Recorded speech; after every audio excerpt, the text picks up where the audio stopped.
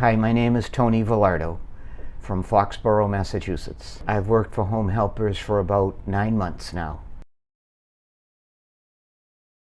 I had recently closed down my business because of the pandemic, but I was almost ready to retire anyway at that time. And I was looking for something in a part-time position that would not be in telecommunications, that would be in something that maybe would take me out of my comfort level. And with Home Helpers, I found that through a job fair that the VA ran down in Brockton.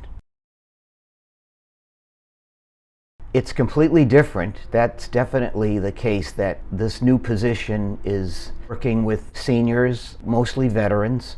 Home Helpers is very good as far as trying to match my experience with veterans who need companionship. And it's great to go out with the vets and walk and talk, and a lot of their long-term memory is really sharp. Some of them going back to World War II, Korea, and some even Vietnam.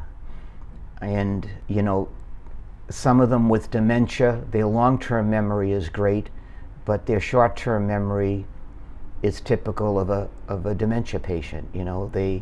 They might repeat the same thing to me 5 minutes after explaining it to me earlier. But I understand that, and with my training that I received from Home Helpers, I understand what is going through their mind, and I compensate for that and just continue on and communicate with them as best that I can. There's some self-satisfaction that I get that I didn't get in my 50 years in the telephone business. Hearing mostly from the families that, they say that I'm doing a good job, that their elderly, parent in most cases looks forward to seeing me, when I go and visit them. I enjoy taking them again out for walks in the park and getting them out of their comfortable, easy chair where most of them honestly just sit and watch TV most of the day. So being out with them, riding with them, talking with them, learning about their past experiences, them asking me about my past experiences. I think communication is the key, and we seem to communicate very well with the clients. I would say, for someone thinking about applying, get out of your comfort zone. Give something new a try.